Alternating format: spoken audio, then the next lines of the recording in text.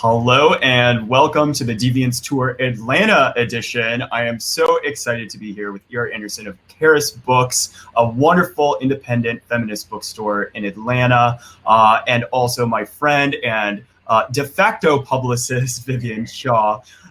Before I get into official introductions, however, I would be remiss not to acknowledge the pain that our nation is feeling amidst the loss of Black lives at the hands of our nation's law enforcement. To any Black folks who may be watching, your lives matter. To my predominantly white fans, we must do better. I've posted a link in our Crowdcast description for those who are looking to make a difference, for our friends who identify as QTPOC.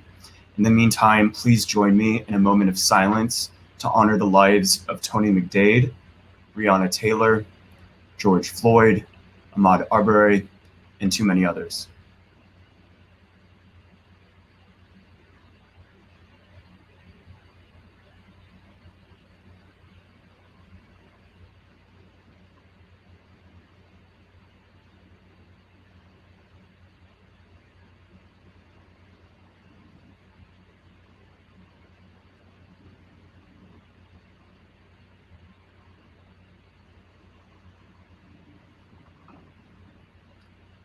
Thank you.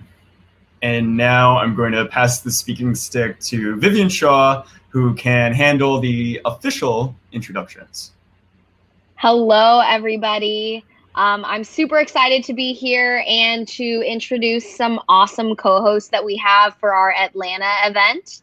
The first is the Invisible Histories Project.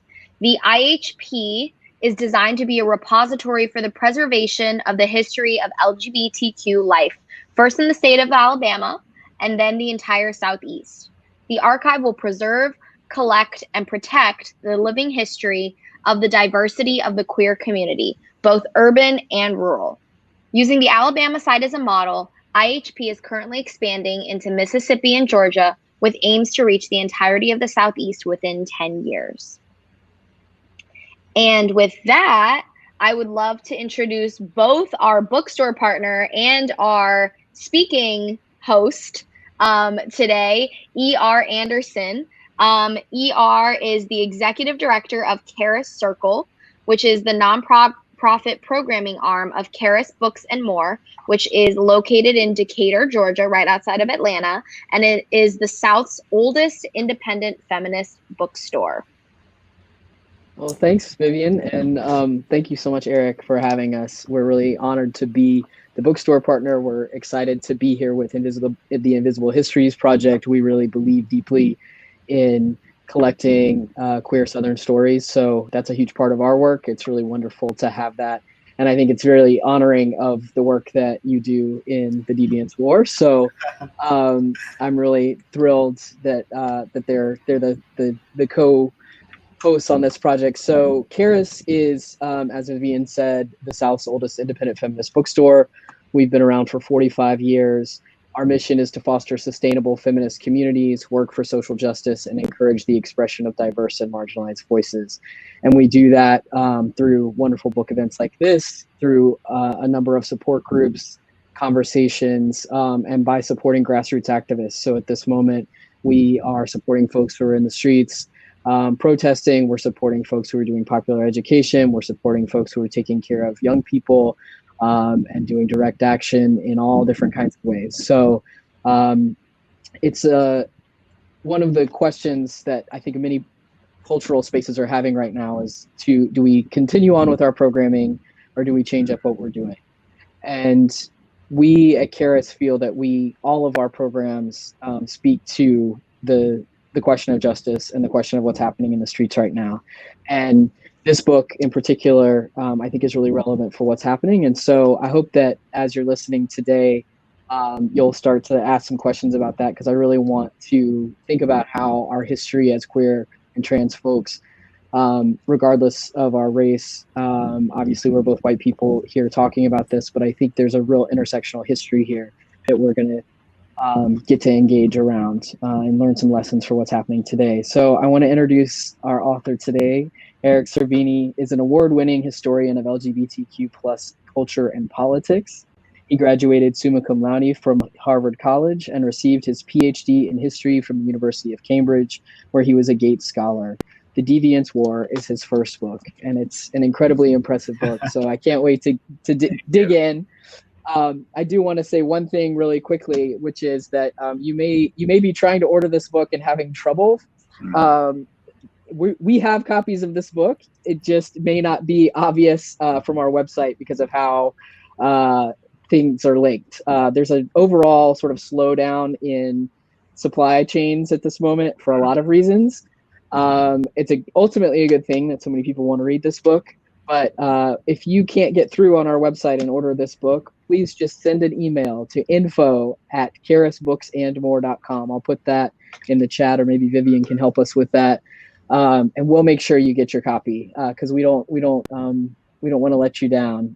It's just some technical problems are abounding all over the internet right now when it comes to books. But without further ado, please welcome Eric Cervini. And thanks for being here. Thank you so much. And also, it's such an honor. I know Charis has been doing the hard work for so long. I think so many people are entering the world of activism right now, and y'all have been providing not just a place to buy books, but also a place to have conversations like this, especially in hard times where we need to be having conversations as especially as white people about how we can do better too. And I would encourage everyone to please buy independent. I think right now, especially in the middle of a pandemic, especially in the middle of a national reckoning, we need to be supporting these places, these physical spaces, but also virtual ones where we can have these important discussions. And also today is the last day for anyone who buys from Charis or an independent bookshop who we've partnered with. If you submit the receipt, there's a link in the Crowdcast description. You just press the little I, or you can go to ericcervini.com/book. We will send you separately a signed bookplate, but you have to buy independent. So that's the one rule. So please do it and support them. But also thank you so much for welcoming me. It's such an honor to be here. Great. Well, we appreciate you supporting indies.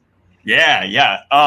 So we talked a little bit about maybe starting with a little bit of a reading that I think is an important part of our history. Should I do it?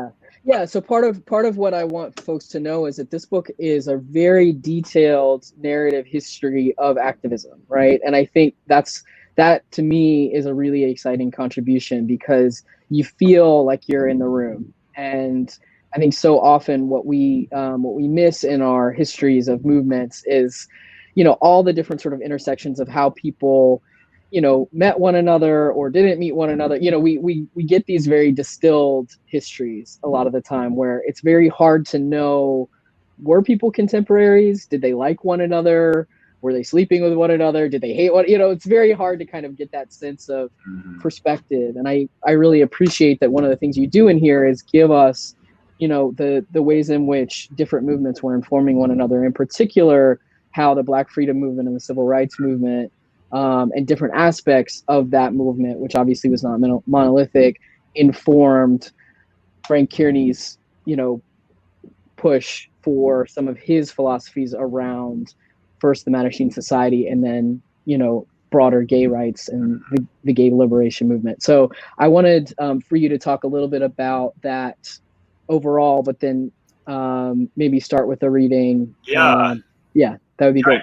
Thank you. Yeah, I'd love to. And I've been seeing a lot of great posts recently about Stonewall and how two important facts about Stonewall: A, it was a riot, and B, that it was led by trans women of color. And I think that's important, and it's of course a pivotal moment in our history, but we need to be thinking longer, because I think just focusing on that one night actually minimizes the role of the Black freedom movement. It minimizes the role of trans women of color, not just that one night, but throughout the entirety of the pre-Stonewall homophile movement, as it was called, and afterwards. And so, as you said, I don't think you can tell the story of the homophile movement, queer liberation, without also telling the story of the Black freedom movement. And so that's something I tried to do in this book.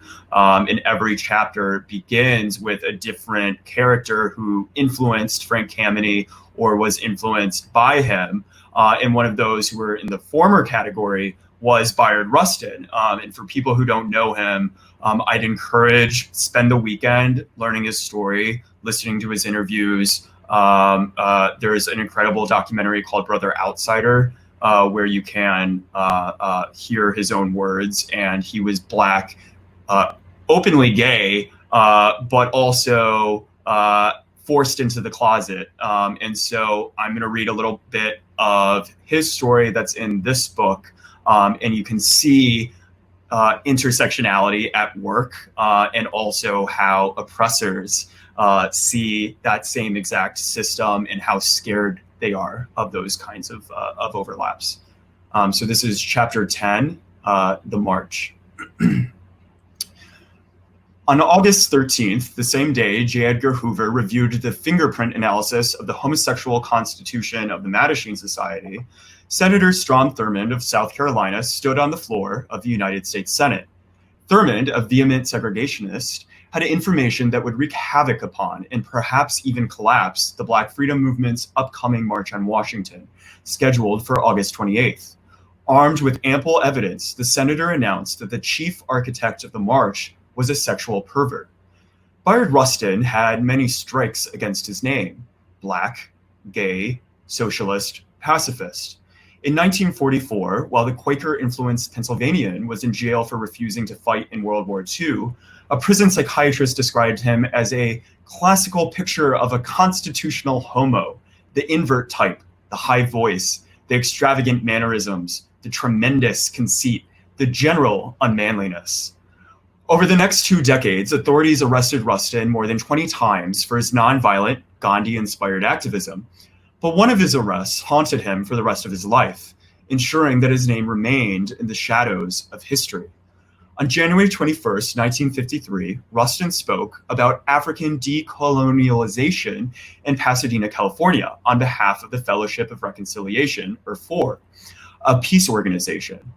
By then, he was on the path to becoming an American Gandhi. In 1947, he had co-directed the country's first freedom ride, designed to test the Supreme Court's desegregation of interstate transportation. By 1953, he was speaking to captive audiences across the United States. After Rustin's Pasadena speech, at 3 a.m. that night, police officers arrested Rustin for performing oral sex on 2 men in the back of a car. A judge sentenced him to 60 days in jail. One gay FOR member, upon hearing the news, wrote to Harry Hayes' Los Angeles Mattachine Society. Was there any way he could be saved? The Mattachine could do nothing, and Rustin served the full 60 days. Civil rights leaders began to see him as a liability. When Rosa Parks' bus boycott began in Montgomery, Alabama, FOR officials warned that Rustin's involvement would set back the whole cause. Undaunted, in February 1956, Rustin drove to Montgomery. When he arrived, the young Martin Luther King Jr. had not entirely embraced nonviolence. Floodlights surrounded his house, which had been bombed by white terrorists only days earlier. Armed guards protected his home, which also contained loaded guns. Civil rights leaders must give up all arms, Rustin explained to King, if they were to inspire nonviolence among their followers, exposing a regime that relied upon arrests, bombs, and fear. Montgomery's reporters became suspicious of Rustin, who spoke with a peculiar accent and claimed to be a foreign reporter. King had him smuggled out of Montgomery in the back of a car, and the movement attempted to hide the secret of the gay pacifist. But because of Rustin, who continued strategizing for the minister from New York, the guns and floodlights disappeared. King became America's beacon of nonviolent protest. In December 1962, as the centennial of the Emancipation Proclamation approached, Rustin and labor leader A. Philip Randolph developed a plan for a march on Washington for jobs and freedom. Rustin wrote the official proposal for the march and decided its message: the economic subordination of the American Negro. Other organizations, including the NAACP and King's Southern Christian Leadership Conference, faced a choice. They could sponsor the homosexual planned event or be excluded from a historic moment altogether. In May, King's SCLC became a march co-sponsor, and that summer, Senator Thurmond learned the secret of the march. He had proof courtesy of J. Edgar Hoover. Standing before the Senate, Thurman pointed to Rustin's Pasadena police record and declared that Mr. March on Washington himself had been guilty of sex perversion. Rustin prepared for the worst. At a press conference that day, A. Philip Randolph stood before reporters with a prepared statement. "I speak for the combined Negro leadership," he began, in voicing my complete confidence in Bayard Rustin's character. "My task is to see that 100,000 people called to Washington reach Washington, that they make their protests nonviolently, and they return to home safely," explained Rustin himself. No fewer than 200,000 marchers attended Rustin's march. Frank Kameny marched with them. He organized a group of 7 Mattachine members, including Jack Nichols, who knew homosexual marches would come, but not yet. For now, the homosexuals marched only for another minority, dreaming that perhaps someday they would march for themselves. The marchers decided against carrying signs that announced their presence as part of a homosexual organization. "We reasoned," recalled Nichols, "that it would be impolite." Thank you. So a lot of folks may be familiar with Bayard Rustin, but what did you learn in sort of thinking about his role and contrasting him with Frank and sort of his tactics and what Frank learned from him? Mm-hmm. Well, I think you have to tell both of their stories, and I think you have to tell it chronologically. You have to understand that Rustin was essential and also hidden within the Black freedom movement because he was seen as a liability. And it's something that the movement was grappling with for decades, was this concept of being inherently immoral. So then when you add an extra layer of sexual deviance, then that's something that they were very scared of. But of course, this moment where Thurman stands up and announces that Rustin is a pervert actually in a way helps Rustin, because now that you have this Southern racist senator coming for Rustin, you see them have no choice but to, rally behind him. And then after that, he actually ends up being a bit more publicly involved. So it's interesting how, the oppressors thought they were harming the movement when in reality they were bringing the two movements closer together. And even though I don't believe Frank and Bayard ever met, their stories are just inextricable. You have to tell them both. And we are indebted to Rustin for not only what he taught King, but what he taught Kameny. So one of the things that I noticed pretty quickly in the narrative is that Kameny, by being a Jewish atheist, sort of has this built-in guard against the Christian shame machine that seems to really propel a lot of the homophobia that's going on in the early, in the 30s through the 50s, right? Like this push in American government. And he, I think also because he's clearly very brilliant, is just like, well, that's irrational. Like, he's just like, I don't buy it, Yeah. Yeah. And so I wonder if you could talk a little bit about the question of, shame and sin, because those two things seem to be, he just rejects that. And so I think while he does seem to struggle, he very quickly comes to the place of, if we reject shame, then we, start to dismantle some of these arguments about, well, we're more susceptible to blackmail, we're more susceptible to crime and all these other things. Mm-hmm. And so, was that sort of an early animating thing that you noticed about his character as you were writing about him, or, kind of how did that because that really does become a through line in his organizing.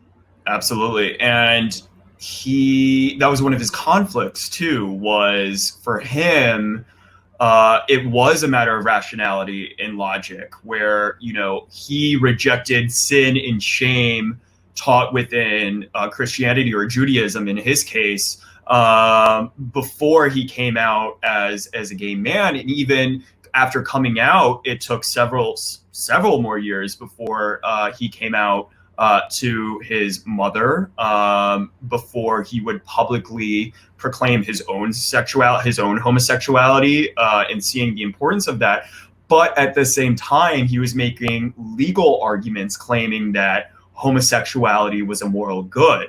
And so there is a bit of a disconnect there where he is making an inherently arbitrary claim in order to disprove the arbitrary and unconstitutional nature of another claim, which is that homosexuality is morally bad. So for him, that was just simply a matter of legal strategy and logic. And as a historian reading his letters, I want to be able to say that he actually believed it, but I'm not entirely convinced of that. I don't think in 1961 that every fiber in his being believed that to be gay was morally good. I think he was doing that as a strategy. And I think the book also tells the story of him actually starting to walk the talk, of him actually accepting not just the respectable version of the homosexual that he envisioned and he demanded on the picket lines, but also the full spectrum of the sexual deviant, or of the full spectrum of being perverted or being queer.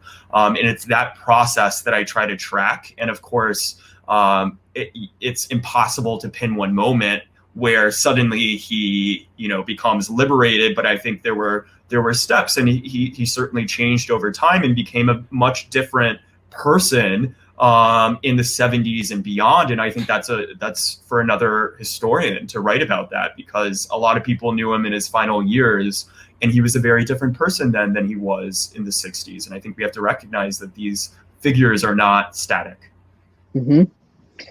I was really fascinated by his the lessons he took from Stokely Carmichael and the Black Power movement and the Black is Beautiful movement. And I'm wondering if you could talk a little bit about the importance of slogans and of oh my gosh, yeah, because that was something that took on. First of all, I have my entire adult queer life thought that Harry Hay coined the term "gay is good," and so I didn't know that Frank coined that term. So if you could talk a little bit about how "gay is good" came about, and also the role that Stokely Carmichael played in that.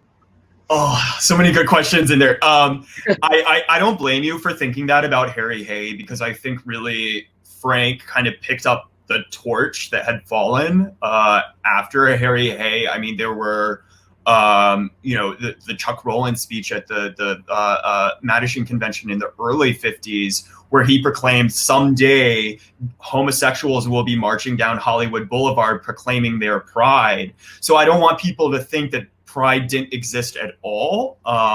Before Frank Kameny, there were certainly, in my dissertation, I call it pockets of pride that existed, but it didn't become this conscious political and legal strategy until Frank.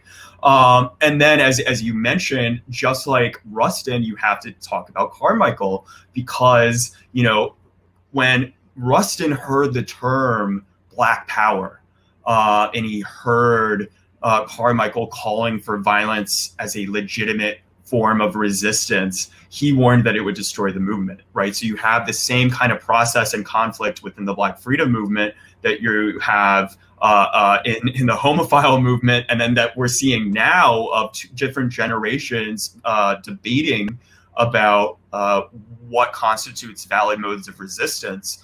And, I think what's even more interesting is that, especially about slogans, is maybe you didn't disagree about, or maybe you didn't agree about violence and how important it is to take up arms against the white man. But King, for example, recognized how essential the corollary to Black Power is, which is Black is beautiful.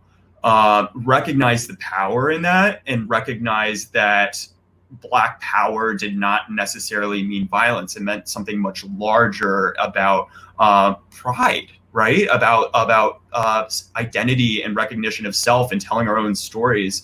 And so even at King's SELC conventions, they started deploying that slogan, even though it was most used by Carmichael.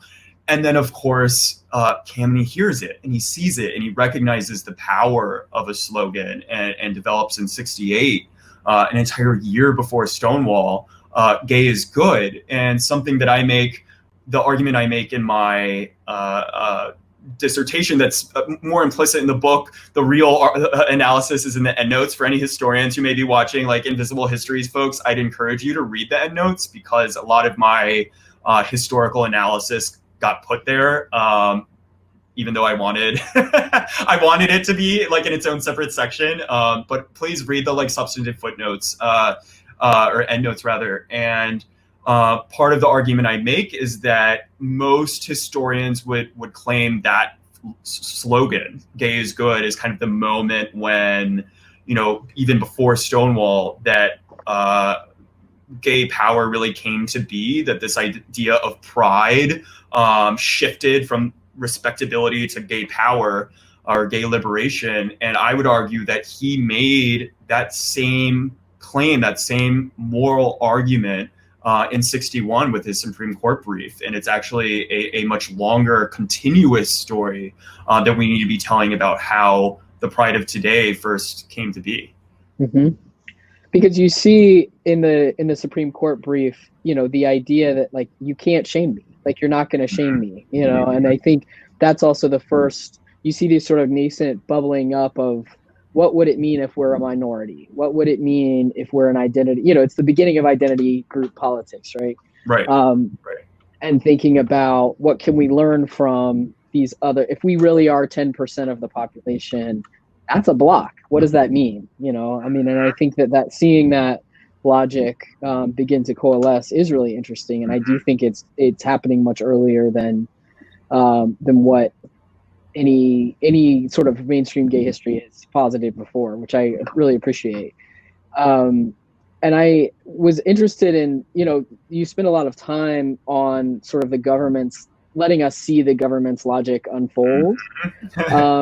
And I wonder if you could kind of talk a little bit about that, like just sort of how you dug into the history of the anti-gay government tactics and what you learned from that.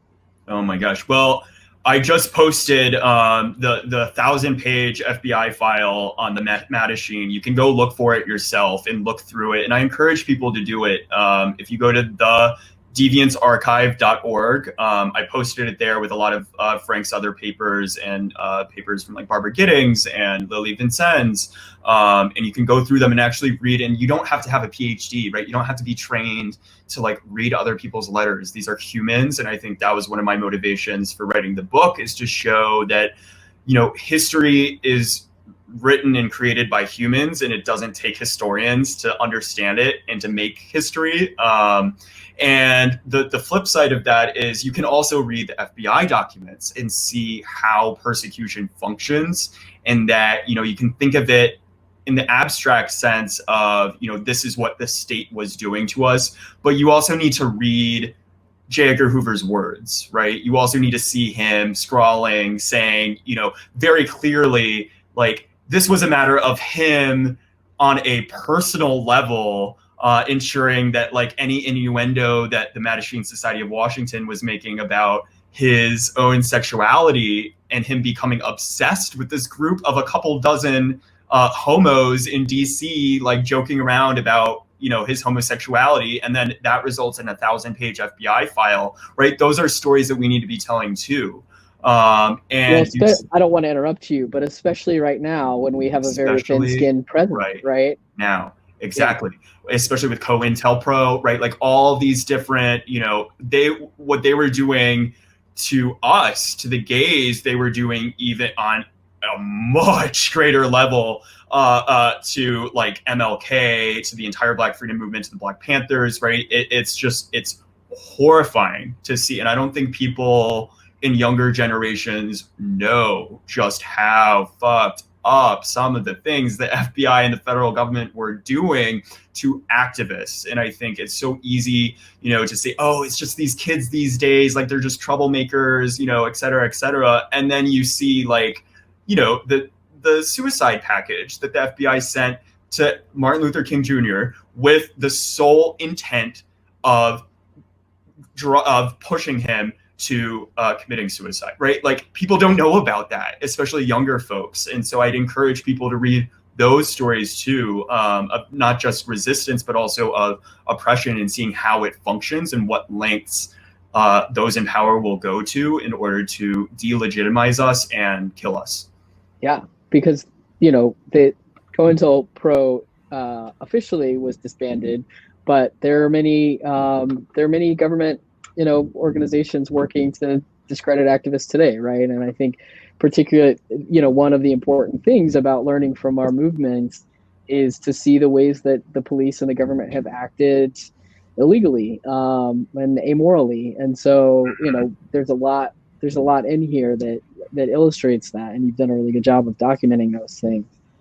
One of the things that I thought a lot about was the way in which Frank took up the question of, homosexuality as mental illness versus as moral sin, right? Like those are the two ways in which we, most often are discredited or harmed. And so he takes up both of those things.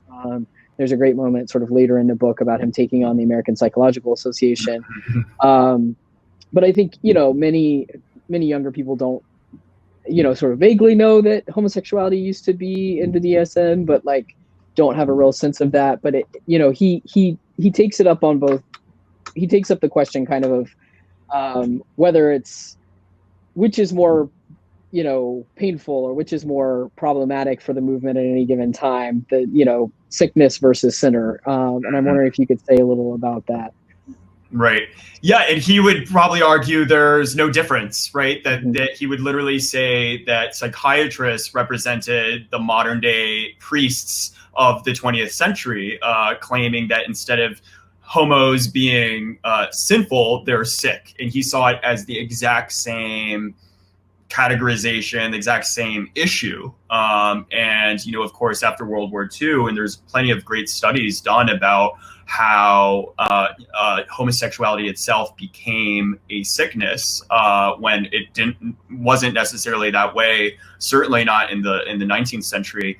And so, yeah, I think it goes to show that, like, it doesn't matter where the oppression is coming from or who's doing the categorizing. Like, you need to, in his words, fight back wherever it exists, right? Fight injustice wherever it exists, whether it's in the federal government, whether it's in a psychiatrist's examination room, whatever it is.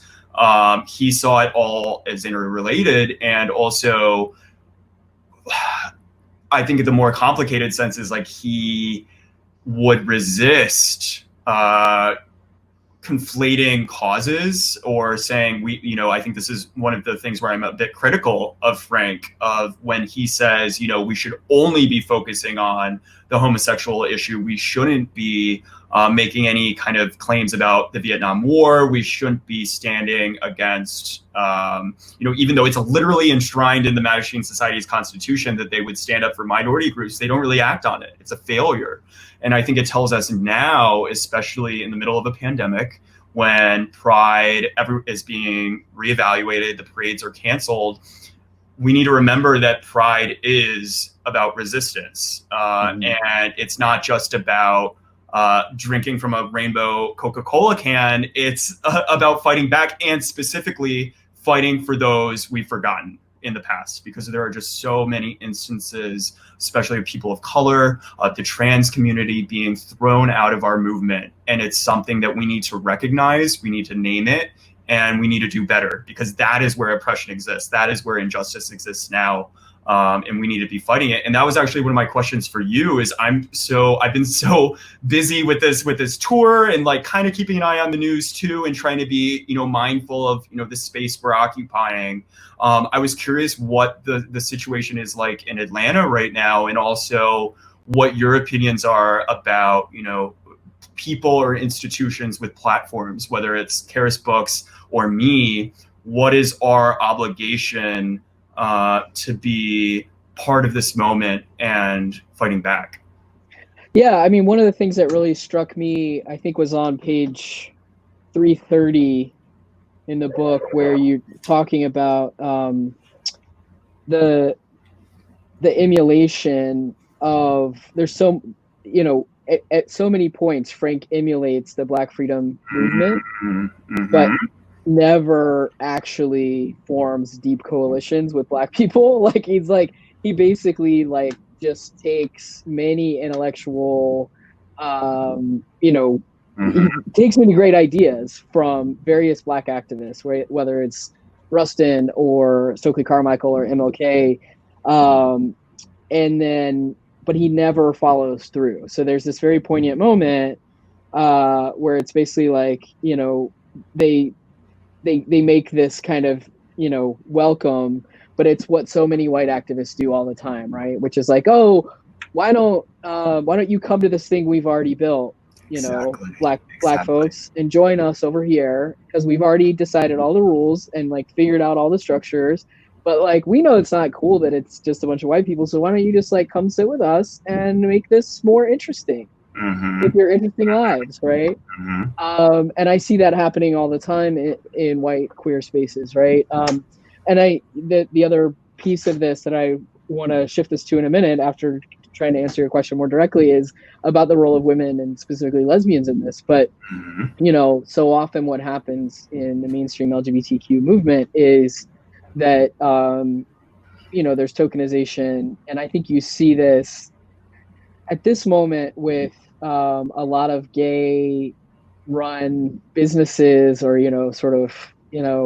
major LGBTQ nonprofits like HRC and just people putting out statements that say things like, we stand in solidarity with Black people. Well, that really says that there are no Black people in your organization, right? If you have to be in solidarity with, that means that there's nobody that you're there's nobody building your leadership, from the inside. There's nobody building your so I'm very troubled in this moment by that. And as a white person that I've spent my whole life working in a multiracial organization in the South.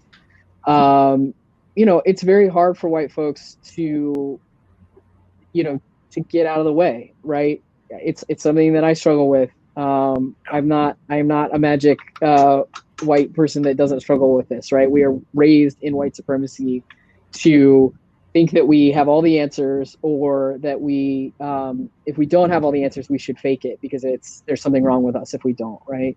And then, what comes up for me a lot in this moment. So in Atlanta, there have been protests every night, really brilliant strategic protests organized by, there's an organization called SNAPCO that's Black trans women led. So folks, I'll be really clear, folks have stepped into the breach. They weren't necessarily planning or organizing these things on the front end. It's some of their organizers have seen a need and they stepped in and they got people in line, right? And they've been very strategic. Some of their lead organizers. There are also other organizations, Southerners on New Ground, Project South, to name a few, that are Atlanta based, but that are more regional, global, overall South organizations that are queer and trans led, that are just doing amazing work right now. And there are a lot of people who are new to movement work and new to movement spaces, and so Charis's goal has always been to be a place to receive people who are new to movement work, right? And so our goal is to be a big tent. And because my beef with the right, I always think it's really, one of the things I appreciate about your book is I think it's really important for us to study the tactics of the right, not so that we can emulate them, but to take what they do that's so effective, which is to say, to dumb stuff down, make it as simple as possible, and say, these are the good guys, these are the bad guys, come sit by us because we're going to make your life better. On the left, we say, life's really complicated, read a 500-page book about it, and then maybe we'll see if you're worthy, right, of sitting next to me, right? So I want these ideas, even if somebody's never going to read your book because it's too long. By the way, the end notes are 200 pages. Yeah, so I got to warn everyone, yeah. It's not as long as it looks. And he's got a great podcast you can go listen to. I've heard that before. Yeah. But yeah. But my goal, and one of the things that I'm really grateful for this moment about, is being able to talk about books in this format means that maybe somebody will watch this and learn some of this history and some of these ideas that you're laying out in a really accessible way. And then, they'll take that with them, even if they would never endeavor to read a book that's quite this long, even though I do think it's really accessible and you've done a great job of creating a narrative history. So that's all a very long way of saying part of my goal and part of Charis's goal is to really look at how do we bring people into movements? How do we unambiguously pull people further to the left? And how do we say, like, we all are needed in these movements? So, like, even if you are a white person from the suburbs who's never thought about race, I think often there's this idea that, like, well, I don't know what to say. I don't know how to plug in. And so I don't want to offend anyone and I don't want to harm anyone. And I'm very invested in my idea of myself as a good person. So I'm just going to, like, shut down and bottle up. And that's a function of white supremacy. And so part of what we want to do is just, like, bring you in, help you figure out how to talk about these things in ways that don't cause further harm, and, give you some resources. So one of the things that's giving me a lot of hope right now is that, almost every book that we sell about anti-racism is sold out. Like, sold out at the publisher, sold out on our evil competitor's website, sold out everywhere. Voldemort. Yeah, on Voldemort's website. So I think this is an interesting moment. And I think, it's a moment that's come far too late, but I'll take it, right? So I think also for queer people, a lot of queer people are like, well, Pride is canceled. Like, and it's like, no, Pride should not be canceled. Like, we're queer 365 days a year.